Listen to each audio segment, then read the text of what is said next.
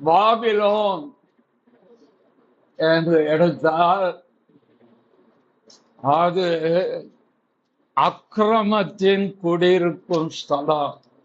Babylon ஆதியாகமம் 11ஆம் அதிகாரத்தில் பாபேல் என்ற இடத்துல அங்கே ஒரு பெரிய கோபுரம் கட்ட ஆரம்பித்தார்கள். நமக்கு எல்லாருக்கும் தெரியும், அந்த கோபுரம் அவர்கள் கட்ட ஆரம்பித்து முடிக்க முடியாமல் போய்விட்டார்கள். எல்லா விக்கிரக ஆராதனைக்கும் பிறப்பிடம் பாபிலோன். வேதாகமத்தில் பழைய ஏற்பாடா இருந்தாலும் புதிய ஏற்பாடா இருந்தாலும் 2 பட்டணங்கள் சொல்லப்பட்டிருக்கும். ஒன்று எருசலேம், அது தேவன் வாசம் பண்ணுகிற இடம். நான் இதன் மேல் பிரியமா இருந்தபடியினால் நான் இங்கே வாசம் பண்ணுவேன். சங்கீதத்தில் வருகிறது அல்லவா, சங்கீதம் 138 இதுல வருது.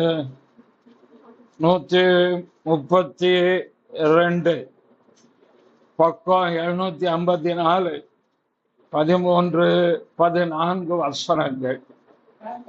கர்த்தர் சீயோனை தெரிந்து கொண்டு அது தமக்கு வாசஸ்தலமாகும்படி விரும்பினார். எந்தெந்தைக்கும் நான் தங்கும் இடம் நான் விரும்பினபடியா இங்கே வாசம் பண்ண. எருசலேமை குறித்து ஆண்டவர் சொல்கிற காரியம், எருசலேமை தேவன் தெரிந்து கொண்டார். இன்றைக்கும் எருசலேம் இருக்கிறது, ஆனால் பாபிலோன் இல்லை. அந்த பாபிலோன் திரும்ப உபத்திரா காலத்தில் அது எழும்பி வரும். எருசலேம் தேவன் தெரிந்து கொண்ட இடம், பாபிலோன பிசாசு சாத்தான் தெரிந்து கொண்ட இடம். வெளிப்படுத்தின விசேஷம் 18ஆம் அதிகாரம் 2ஆம் வசனம் பக்கம் 340. அவன் பலத்த சத்தமிட்டு மகாபாபிலோன் விழுந்தது. அதே பேய்களுடைய குடியிருப்பு, சகலவித அசுத்தாவுடைய காவல் வீடும், அசுத்தம் அருவருப்பும் உள்ள சகலவித பாய்களுடைய குடியிருப்பு. இப்படிப்பட்ட பாபிலோனுக்கு தான் கர்த்தர் தம்முடைய ஜனத்தை சிறையிருப்புக்கு ஒப்பு கொடுத்தார். நேபுகாத்நேச்சார் காலத்து பாபிலோன் மிக சிறந்து விளங்கியது. அந்த தொங்கு தோட்டம் என்று சொல்லப்படுகிற இடம் இன்றைக்கு அதனுடைய காரியங்கள் இருக்கிறது. ஈராக்கு பகுதியில் உள்ளது. இந்த பாபிலோனிலே இன்னொரு விதத்தில் சொல்ல வேண்டுமானால் தேவன் விரும்பாத அந்த இடத்துல, தேவனுக்கு சித்தமில்லாத இடத்தில் கர்த்தருக்கு பிரியமானவன் பாபிலோனில் அவருக்கு சித்தமானதை செய்வார். யார் கர்த்தருக்கு பிரியமானவனாக இருந்து செய்தார் என்றால் உடனே சொல்லுவான், தானியேல் மிகவும் பிரியமானவன் கிடைத்தவர். இன்னொரு புறஜாதியான ஆண்டவர் பிரியமானவன் சொல்றார். யூத ராஜாக்கள் அல்லது இஸ்ரவேல் ராஜாக்களை குறித்து கர்த்தர் அதிகம் சந்தோஷப்பட்டார் என்று சொல்ல முடியாது, தாவீதை தவிர. தாவீதைத்தான் ஆண்டவர் சொன்னார், என் இருதயத்துக்கு ஏற்றவன். ஆனால் ஒரு புறஜாதிய ராஜாவை ஆண்டவர் எனக்கு பிரியமானவன் சொல்றார். எனக்கு பிரியமானவன் அது பாபிலோன். நான் விரும்பாத குடியிருக்காத ஸ்தலமாய் இருந்தாலும் அங்கே அவன் என் சித்தத்தை நிறைவேற்றும், என் விருப்பத்தை நிறைவேற்றும். யார் அந்த ராஜா? ஏசாயா 44:28, பக்கம் 851. கோரேசை குறித்து அவன் என் மெய்ப்பன். போதும். கோரேஸ் பிறகு முன்பாகவே அவன் பெயரை ஆண்டவர் வேதத்தில் எழுதிவிட்டார். கோரேஸ் பிறப்பதற்கு எத்தனையோ ஆண்டுகளுக்கு முன்பாக ஆண்டவர் ஏசாயா தீர்க்கதரிசி மூலமாக கோரேஸ் ஆண்டவர் சொல்றார், கோரேஸை பார்த்து அவன் என் மேய்ப்பன். அவன் என்ன செய்வானா பார்த்தீங்க, அவன் எருசலேமை நோக்கி நீ கட்டப்படி என்றும் தேவாலயத்தை நோக்கி அத்திபாரப்படி என்று சொல்லி எனக்கு பிரியமானதை எல்லாம் நிறைவேற்றுவான் என்று சொல்லுகிறார். ஒரு புறஜாதியா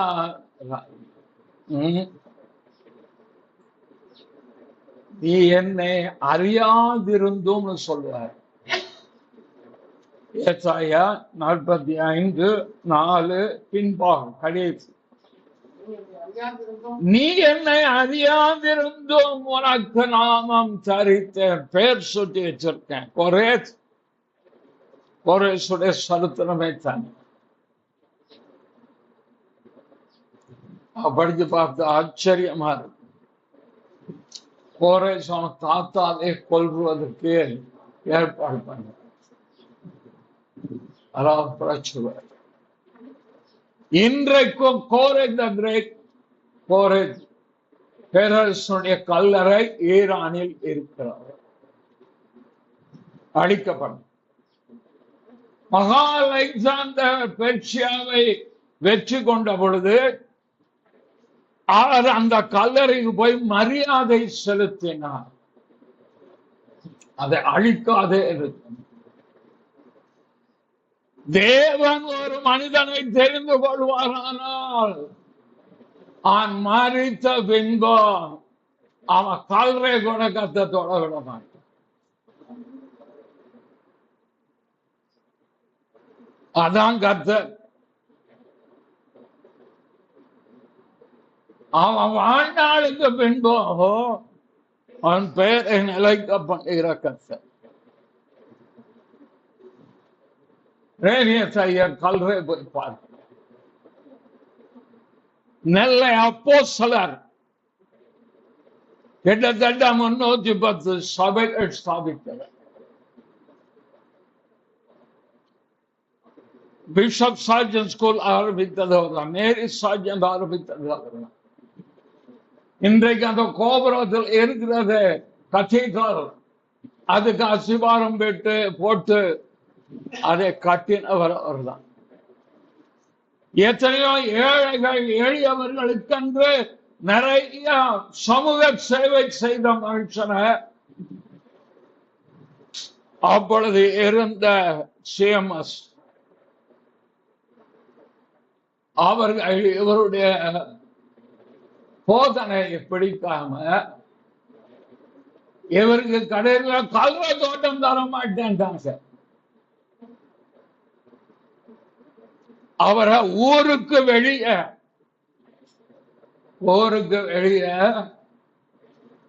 ரேனியஸ் பழைய காளிமாருக்கு பின்னாருக்கு கல்வ தோட்டம் அங்க கொண்டு போய் புதைச்சாங்க. கர்த்தர் தமக்கு சேவை செய்கிற ஊழியம் செய்கிறவனை ஒரு பொழுதும் உண்மையா செய்கிறவனை எல்லாரும் இல்லை, அவருக்கு உண்மையா பிரிய ஒரு நாளும் கைவிட மாட்டார். அவர் இறந்த பின்போ ஒதுக்கப்பட்ட நிலைமையில் வைக்கப்பட்ட கல்றை இன்னைக்கு பட்டணத்தில் நடுமையமாக இருக்கிறது. 200 நூற்றாண்டு முடியும் போது அங்கிருந்து தான் ஊர்வலம் தொடங்கும். தேவனுக்கு செயல்படுகிற எந்த ஒரு காரியமும் பிரயாசமும் அது வீணாய் போகாது. அப்படி பிரயாசப்படுகிற உண்மையாய் பிரயாசப்படுகிற யாரா இருந்தாலும் தேவன் மறந்து விடுவதற்கு அநீதி உள்ளவர். ஆகவே கோரேசை குறித்து சொல்றார், நான் அபிஷேகம் பண்ணி வைத்தேன். 45:1 கர்த்தராகிய நான் அபிஷேகம் பண்ணின கோரேசுக்கு முன்பாக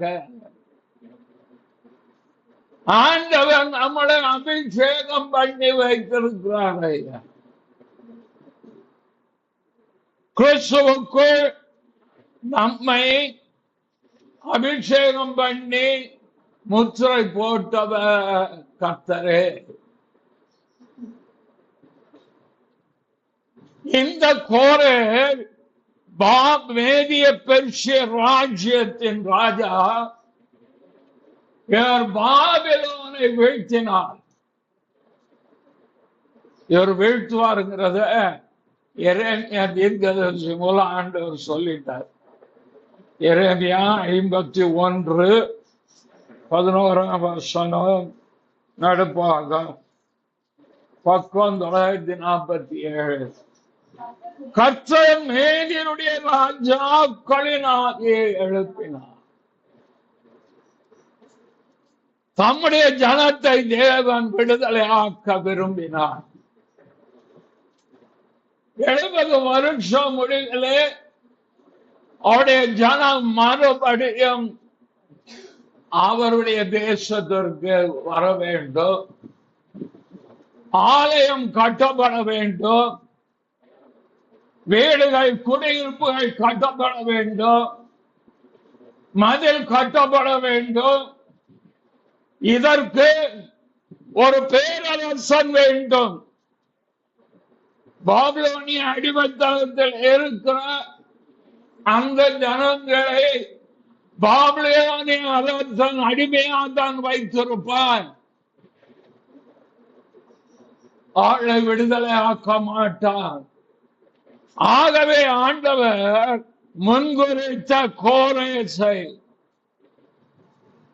எழுப்பி பாபிலோனிய ராஜா பெல்ஷாத்சாரை வீழ்த்தி ஆண்டவர் அவனை பாபிலோனுக்கும் ராஜாவாக மாற்றினார். நாம நினைக்கும் காலகட்டம் இல்லை, ராஜ்யங்களை ஆளுகிறவர் கர்த்தர். ராஜாக்களை தள்ளி ராஜாக்களை ஏற்படுத்துகிற தெய்வம். தம்முடைய ஜனத்திற்காக அவர் யாரை கொண்டும் கிரியை செய்வார். நம்முடைய ஜனம் இஸ்ரவேல், ஆபிரகாமுடைய சந்ததி நாமும் தான். நானும் ஆபிரகாமுடைய சந்ததி தான். சந்தேகம் இருக்கா? கிறிஸ்துவுக்குள் ரோமர் எழுதப்பட்ட நிருபம் 5ஆம் அதிகாரமா 3ஆம் அதிகாரம்? 5ஆம் 4ஆம் அதிகாரம்.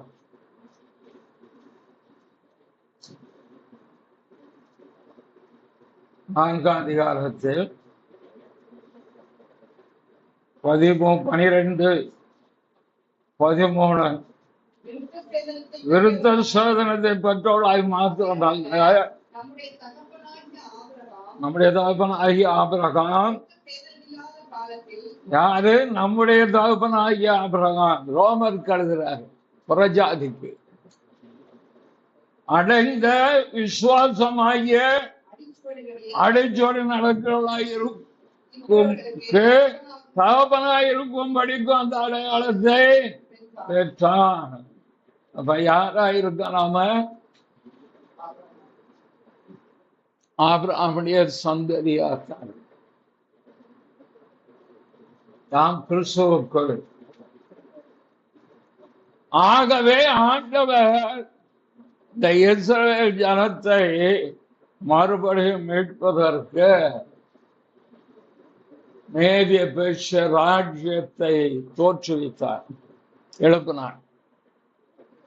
இதில் வந்த முதல் ராஜா கோரே. அவன் வந்த உடனே செய்த முதல் காரியம் எஸ்ரா 1:1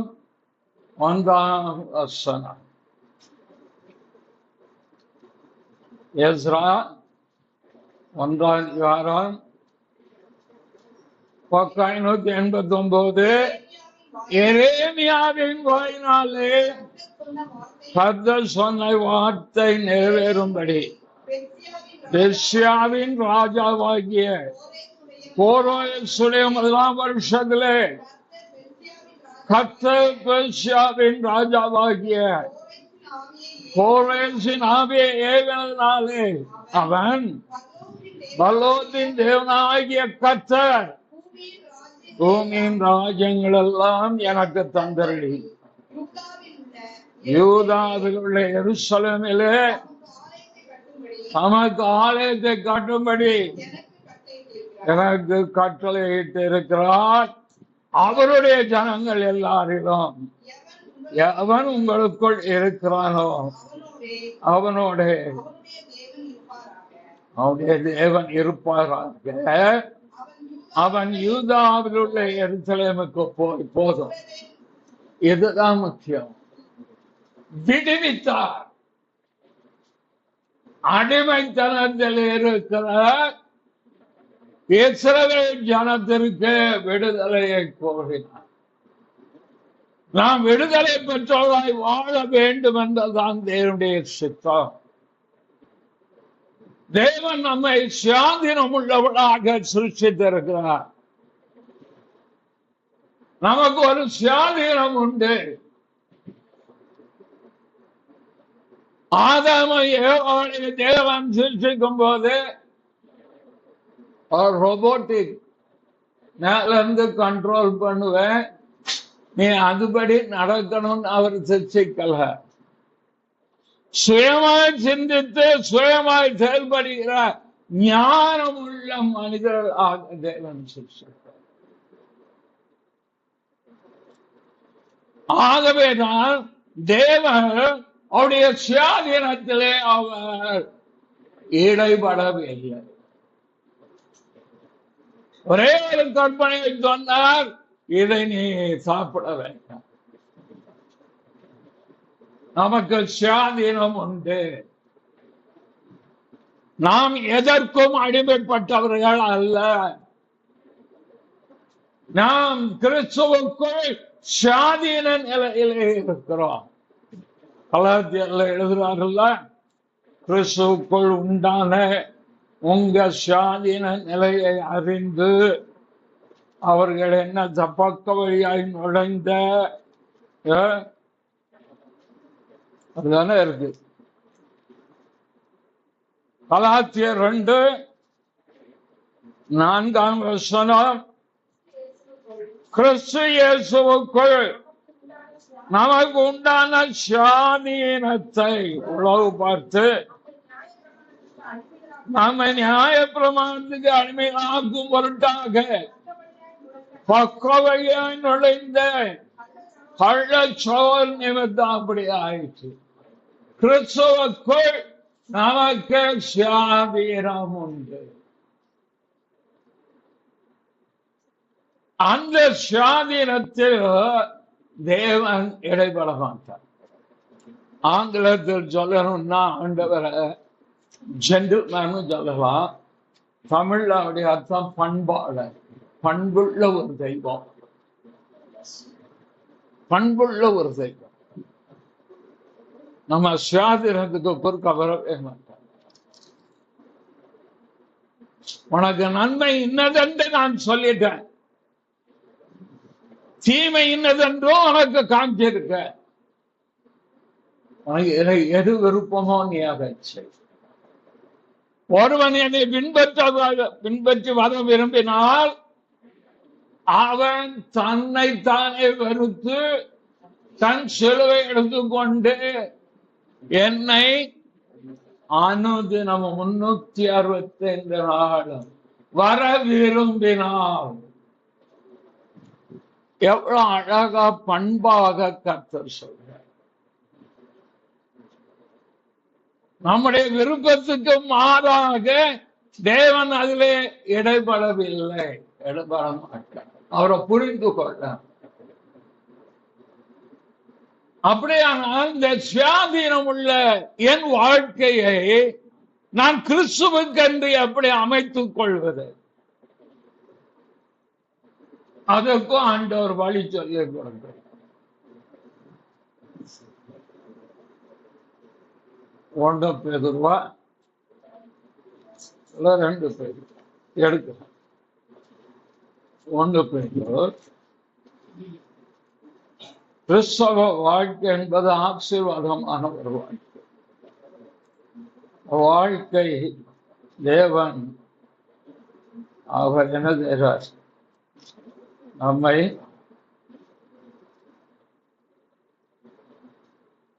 இளைப்பாறுதலோடு, விடுதலையோடு, சமாதானத்தோடு, சந்தோஷத்தோடு, அமைதலோடு, விசுவாசத்தோடு, நம்பிக்கையோடு வாழ தேவன் நமக்கு அனுகிரகம் பண்றார்.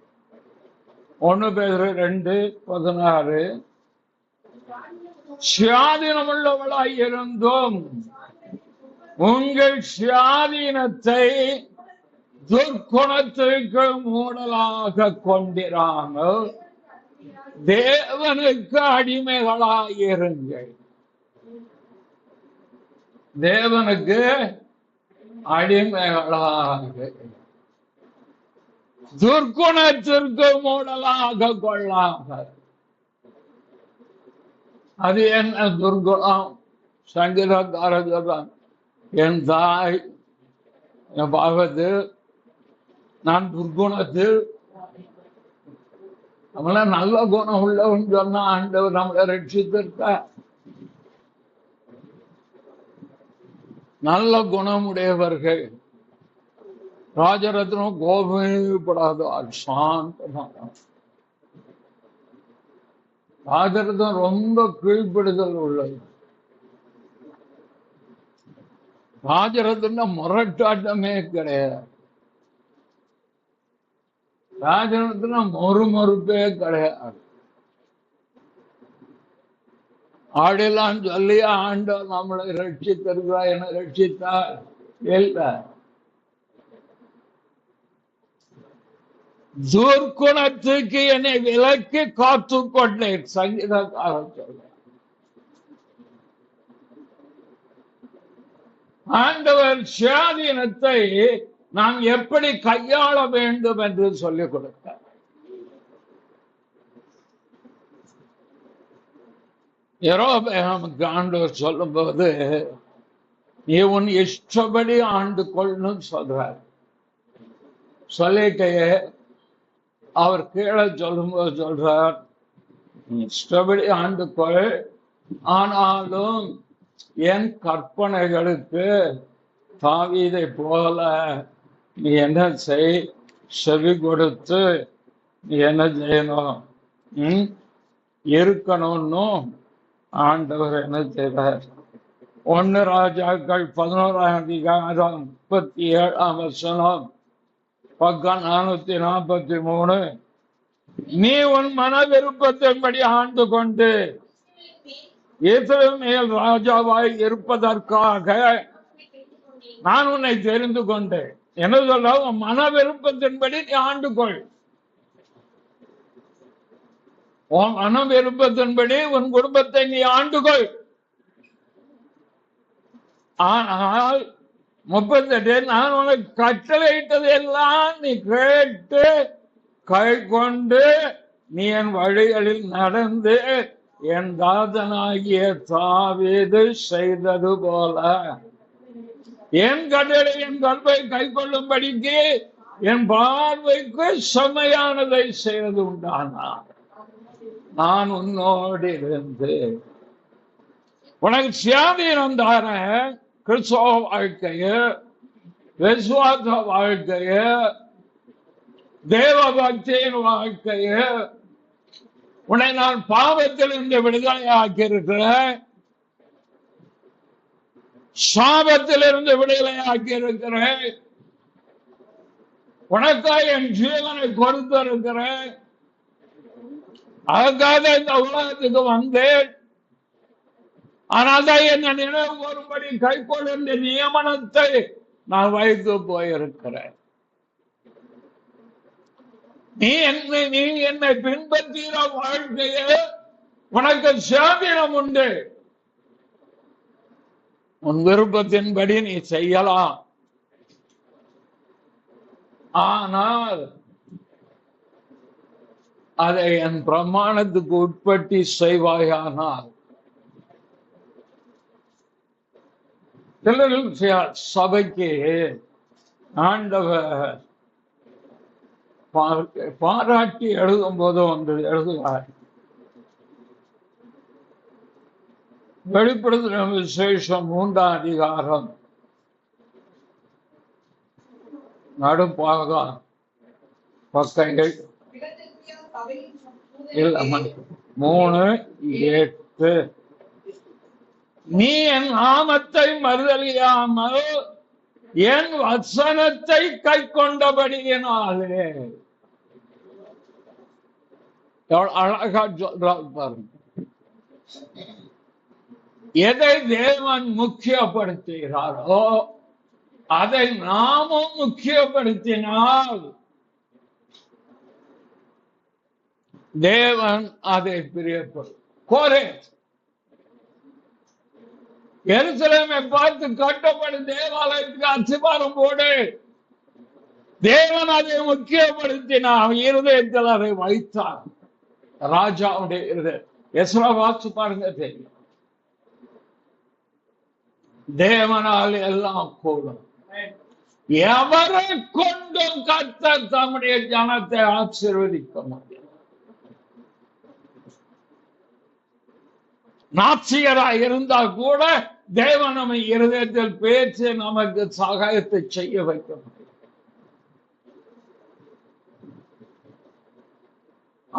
என் வசனத்தை நீ கை கொண்டபடி. ஒரு கட்டம் வருது, ஆண்டவர் சொல்றார், நீங்களும் போய்விட மனதாய் இருக்கிறீர்களோ. என்னைக்குமே ஆண்டவர் நமக்கு ஒரு ஃப்ரீடம் கொடுத்துக்கிட்டே தான் இருப்பார். யோவான் 6:67 பக்கம் 135 அப்பொழுது இயேசு 12 நோக்கி நீங்களும் போய்விட மனதாய் இருக்கிறீர்களோ என்றார். கடுமையான உபதேசம், ஒழுங்கு பற்றி பேசுறாரு, என்னெல்லாமோ பேசுறாரு, ஆசீர்வாதத்தை குறித்து பேச மாட்டேங்காரு, ஒழுங்கா இருந்தாரு. அப்படிதானே ஆண்டவர் பேசணும். அற்புதம் தேடுகிற கூட்டம் எங்கைக்கும் நிலைக்காது. கிறிஸ்துவுக்குள் தீர்க்க தரிசனம் தேடி அலைகிற கூட்டம் என்றைக்கும் நிற்காது. விசுவாசத்தில் சத்தியத்துக்காக அலைகிற கூட்டம் கடைசி மட்டும் கிறிஸ்துவுக்காக. யாரிடத்தில் போவோம் ஆண்டவரே? நித்திய ஜீவ வசனங்கள் உம்மிடத்தில் உண்டு. அது என்ன? நியாய பிரமாணத்தை விட, 10 கற்பனைகளை விட, மோசையின் பிரமாணங்களை விட ஆண்டவர் இயேசு அப்படி என்ன பெரிய வசனத்தை சொல்லிவிட்டார் இந்த சீஷர்களுக்கு? நித்திய ஜீவ வசனங்கள் உம்மிடத்தில் இருக்கிறது. அது என்ன நித்திய ஜீவ வசனம்? மத்தேயு சுவிசேஷம் 5ஆம் அதிகாரம் 3ஆம் வசனம். ஒவ்வொருத்தரும் ஒவ்வொரு வசனம் வாசிங்க. பக்கம் 6. ஆவியில் எளிமை உள்ளவர்கள் பாக்கியவான்கள், பரலோராஜ்யம் அவருடையது. அடுத்தது யாரோ ஒருத்தர், துயரப்படியவர்கள் பாக்கியவான்கள், ஆறுதல் அடைவார்கள்.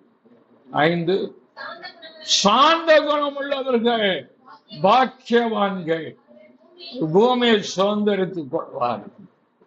அடுத்தது, நீதின் மேல் பசிதாகம் உள்ளவர்கள் பாக்கியவான்கள், திருப்தி அடைவார்கள். 7, இரக்கம் உள்ளவர்கள் பாக்கியவான்கள், இரக்கம் பெறுவார்கள். 8, இருதயத்தில் சுத்தம் உள்ளவர்கள் பாக்கியவான்கள், தேவனை தரிசிப்பார்கள். 9, சமாதானம் பண்ணிய பாக்கியவான்கள், தேவனுடைய புத்திரர் எனப்படுவார்கள். 10, நீதி நிமித்தம் துன்பப்படும் பாக்கியவான்கள். இந்த டீச்சர்கள் பாக்கியம் வாங்குற வார்த்தையை கேட்கிறாங்க.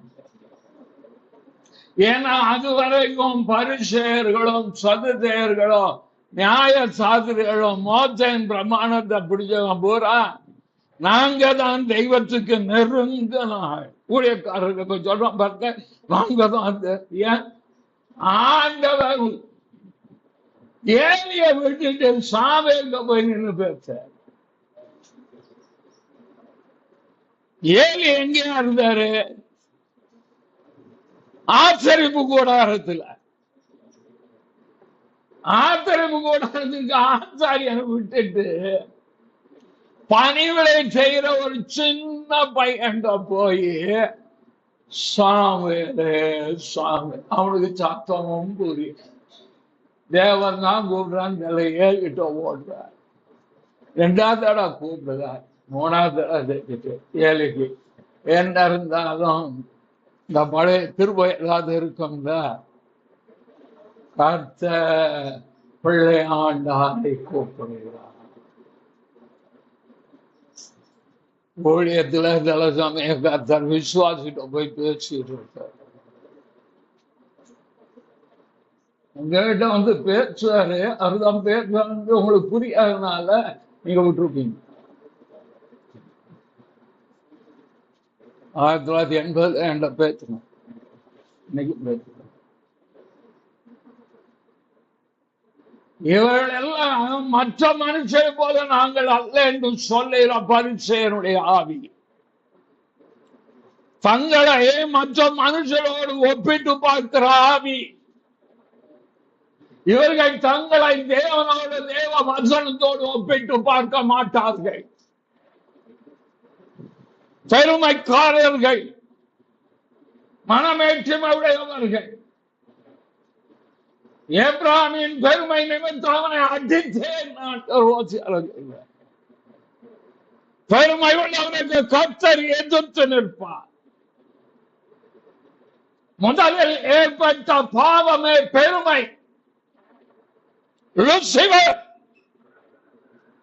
தேவனுடைய சிங்காசனத்துக்கு மேல போவான், பெருமையில போனாங்க. என்னைக்கும் பெருமை விதைத்துக்கிட்டே தான், விதைத்துக் கொண்டே இருக்கிறார்.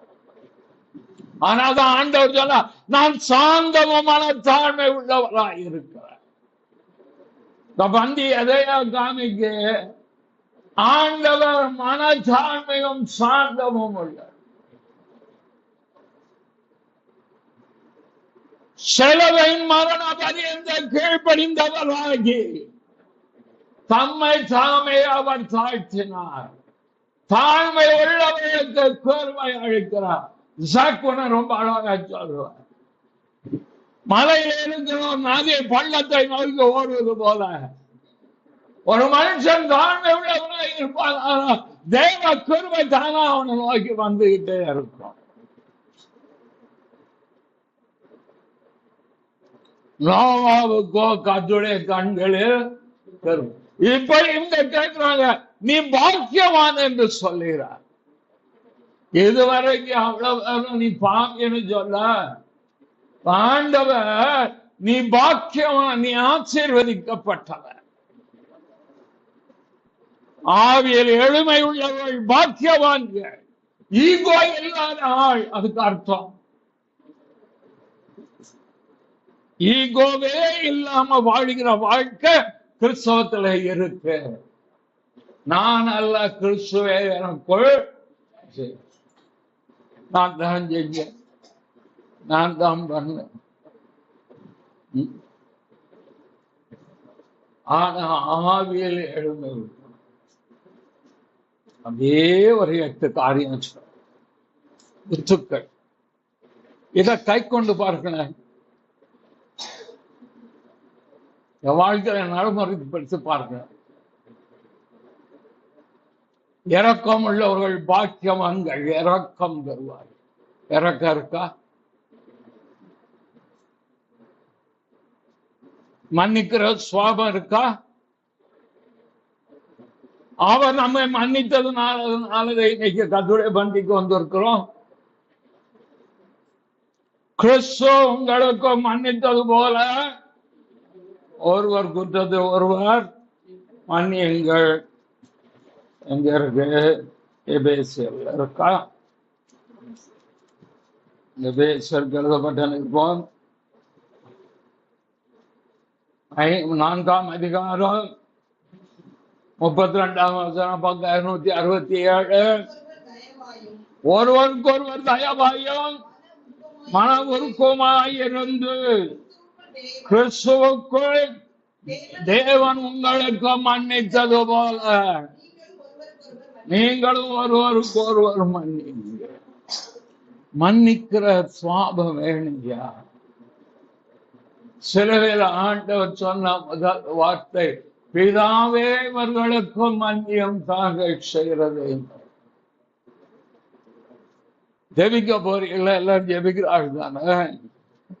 முதல்ல யாரையாவது மன்னிக்காமல் இருக்கிறேனான்னு பார்த்தாலும் மன்னிச்சு, சுத்த இருதயம் வந்து சுத்தமான சாட்சி. மன்னிக்காம இருந்தா பிசாசுக்கு ரொம்ப கொண்டாட்டம்.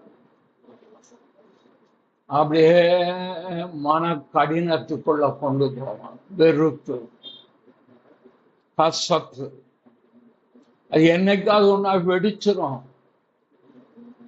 ஆவிக்குரிய வாழ்க்கையில் நடிக்க முடியாது.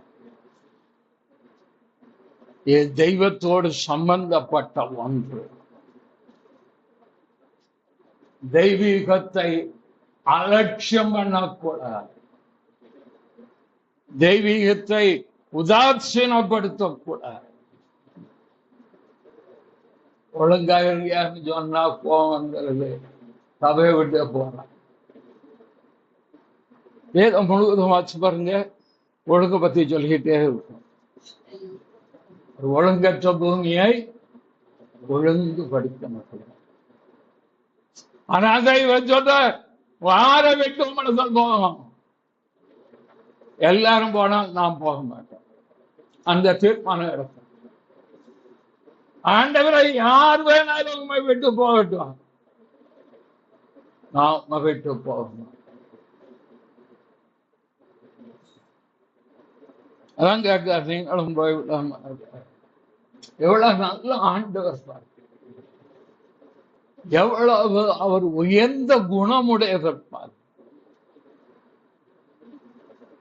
உன் சுயாதீனத்தை நீ துர்குணத்துக்கு மூலமாக கொண்டிராதீர்கள், தேவனுக்கு ஆகின்றார்.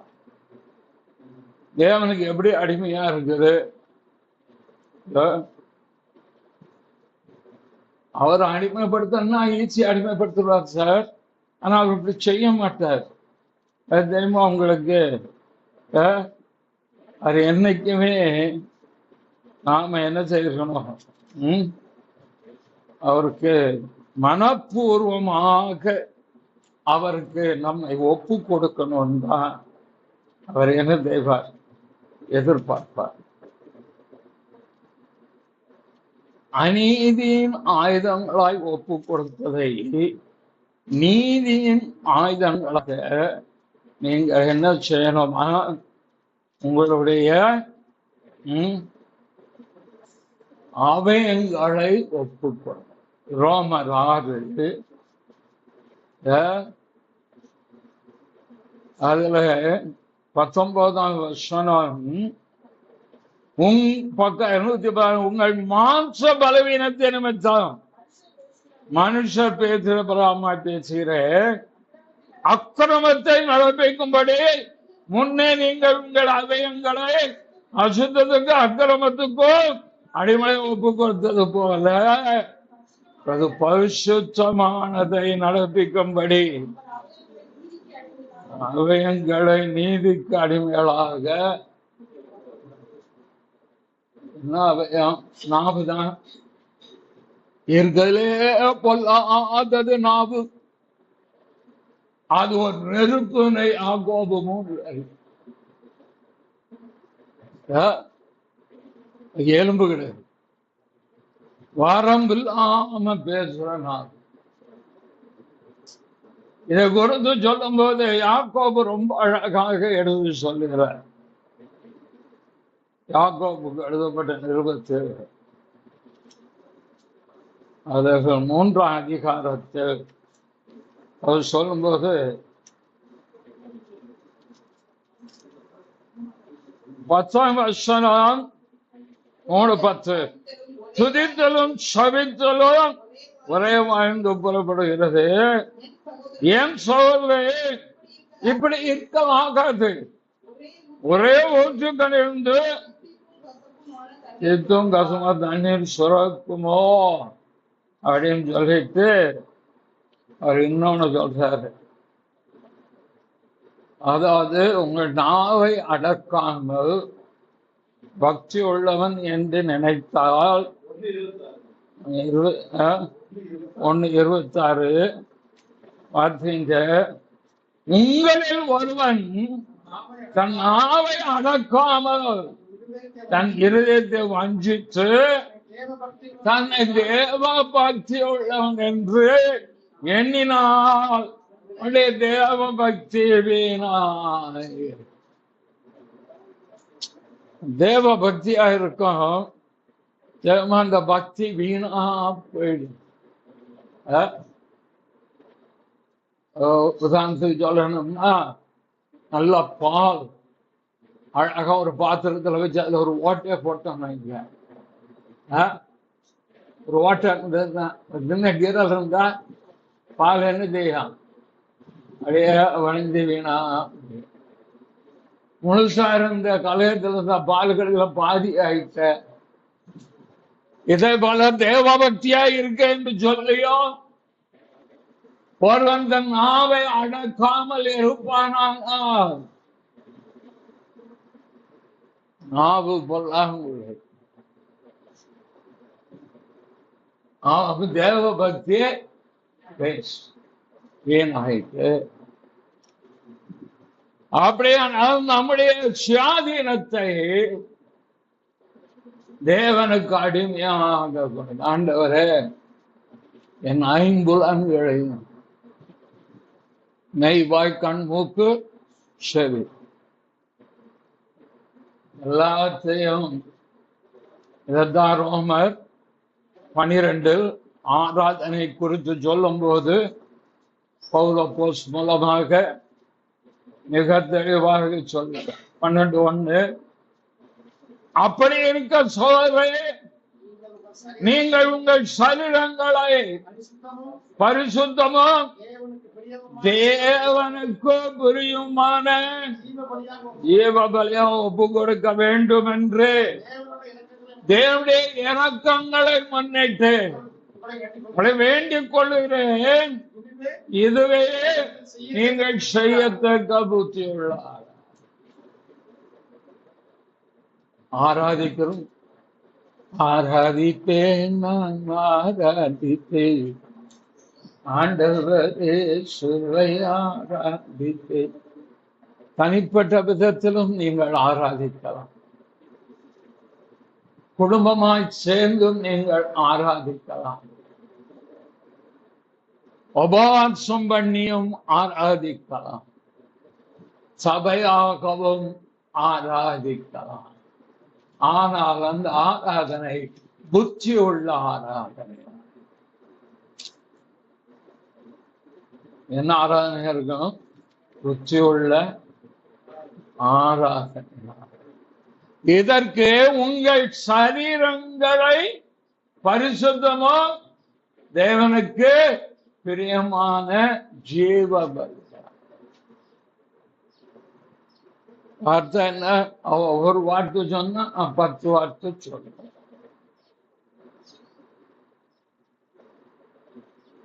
புருஷன் போடின்னு சொன்னா அவனை போடான்னு சொல்லு.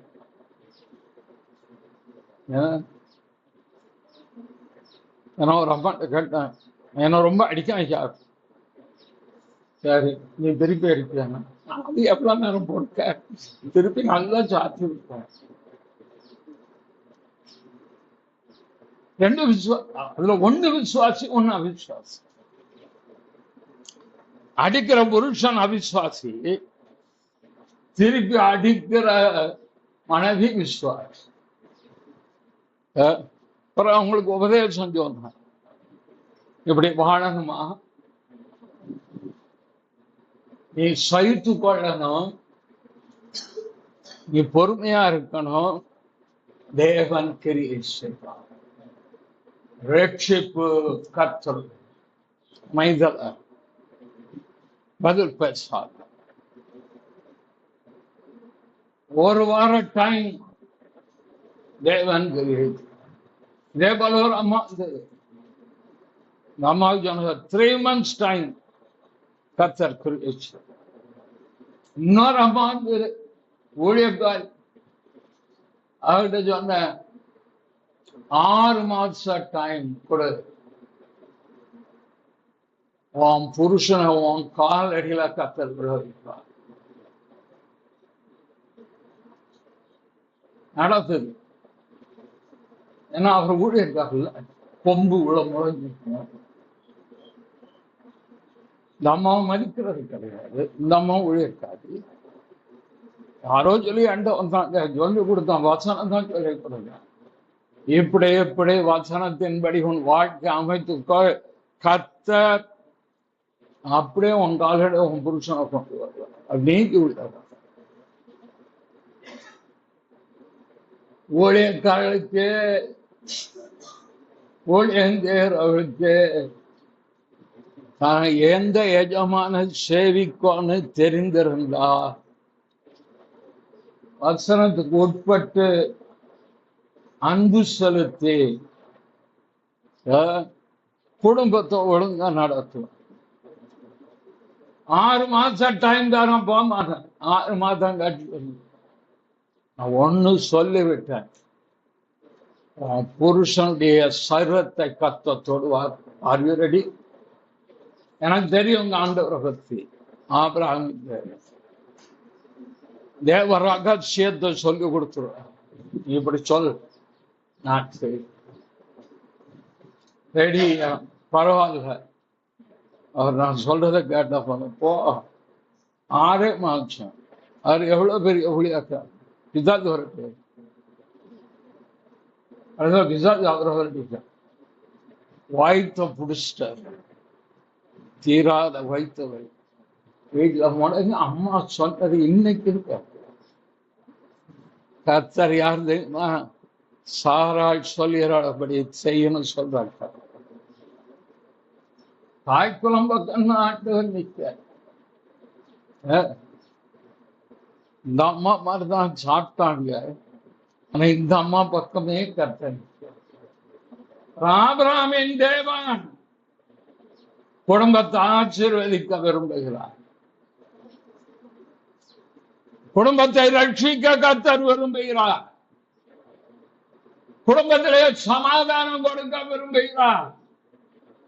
குடும்பத்தில் இழைப்பார்கள் கொடுக்க விரும்புகிறார். உன் அரங்கத்திற்குள்ளே சமாதானமும் உன் அரணுக்குள்ளே சுகமும் இருப்பதாக. உன் எல்லைகளில் சமாதானம் உள்ளவர்களாக்கி உன் வீட்டின் காப்பாளரை பலப்படுத்தி உன் பிள்ளைகளை ஆசீர்வதிக்கிற கர்த்தர் ஈசாக்கின் பயபக்திக்குரியவர். 100 மடங்கு விளையச் செய்கிற தேவன் இஸ்ரவேலின் பரிசுத்தர். இஸ்ரவேல் தேசத்தை பார்த்தாலே ஆண்டவர் எப்படிப்பட்டவர் என்று அறிந்து கொள்ளுங்கள்.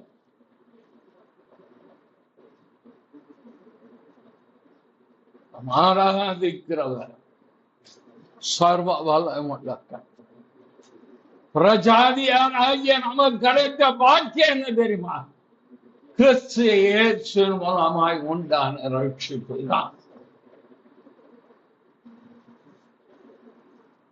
ஆண்டவர் வேதத்துல 2 உடன்படிக்கை பண்ணார். 2 பேர் கூட. ஒன்று ஆபிரகாமோட உடன்படிக்கை பண்ணிறான் ஆதியாகமம் 15. அதை இன்னைக்கு நிறைவேற்றி கொடுத்துக்கிட்டு இருக்க.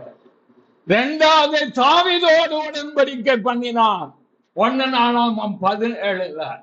அதான் மரியாளிடத்தில் கிறிஸ்து பிறந்தார்.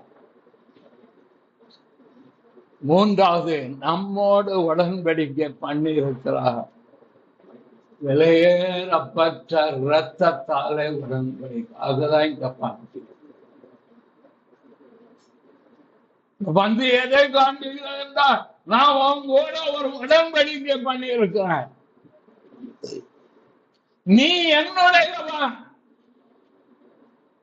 நான் உன்னை மீட்டுக் கொண்டேன், பயப்படாதே, நான் உன்னை மீட்டுக் கொண்டேன். நான் விலக்கரையமா வாங்கி வச்சிருக்கிறேன். 1 பேதுரு 1ஆம் அதிகாரம் 19ஆம் வசனம்.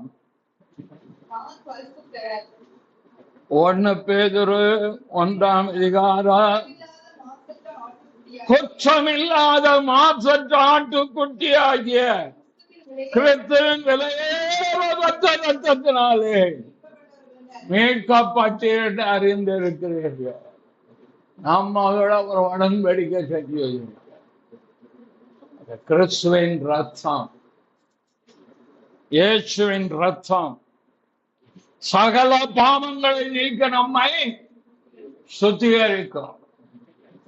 1 யோவான் 1:7 அவர் வழியில் இருக்கிற போல நாம வழியிலே நடந்தால் ஒருவரோடு ஐக்கியப்பட்டிருப்போம். அவருடைய குமாரனாகிய கிறிஸ்துவின் ரத்தம் சகல பாவங்களை நீக்கி நம்மை சுத்திகரிக்கும். 8 நமக்கு பாவம் இல்லை என்பதால் நம்மை நாமே வந்திகளாயிருப்போம், சத்தியம் நமக்குள் இராது. 9ஆம் வசனம், நம்முடைய பாவங்களை நாம் அறிக்கையிட்டால் பாவங்களை நமக்கு மன்னித்து எல்லா அநியாயத்தை நீக்கி நம்மை சுத்திப்பு உண்மையும்